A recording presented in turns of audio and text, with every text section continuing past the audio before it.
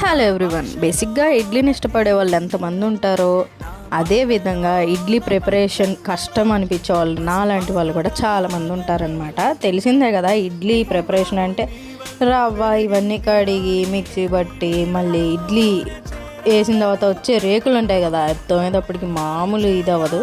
మా పిల్లలకైతే ఇడ్లీ టిఫిన్ కింద వేసిచ్చాను. సాటర్డే హాలిడేస్ ఎండింగ్ అయినాయి, మళ్ళీ స్కూల్ స్టార్ట్ అయిపోయింది కదా అని అనుకునే లోపు మళ్ళీ second Saturday Sunday republic day అని మళ్ళీ హాలిడే స్టార్ట్ అనమాట. ఇంక ఇడ్లీ వేసాక ఈ రేకులు వస్తాయి కదా, ఇది తవ్వడం చాలా పెద్ద టాస్క్ అనే చెప్పాలి. నాకేనా మీకు కూడా ఇంతేనా? అండ్ ఇడ్లీ తినడం వల్ల చాలా మంచి బెనిఫిట్స్ ఉంటాయి. బేసిక్గా ఇడ్లీ ఆవిరిలో ఉడికిస్తాం కాబట్టి తక్కువ క్యాలరీలు ఎక్కువ ప్రోటీన్స్ కలిగి ఉంటాయి అనమాట. అండ్ ఈజీగా డైజెస్ట్ అవుతుంది చిన్నపిల్లలకి, షుగర్ ఉన్న వాళ్ళకి, ఇట్లాంటి వాళ్ళకి. అండ్ అట్లాగే ఏదైనా ఫీవర్ వచ్చినా దేనికన్నా డాక్టర్లు పెద్దవాళ్ళు ఇడ్లీయే ప్రిఫర్ చేస్తారు. నేనైతే ఇడ్లీ రేకులో వచ్చేస్తాను అని చెప్పేసి ఇట్లా ఆవిరి కుడుంలాగా వేసాను అనమాట. ఇట్లా చేయడం వల్ల ఇడ్లీ తిన్నట్టు ఉండిద్ది, అంట్లు కూడా ఎక్కువ రావన్నమాట. యూజ్ అయితే లైక్ చేయండి. బాయ్.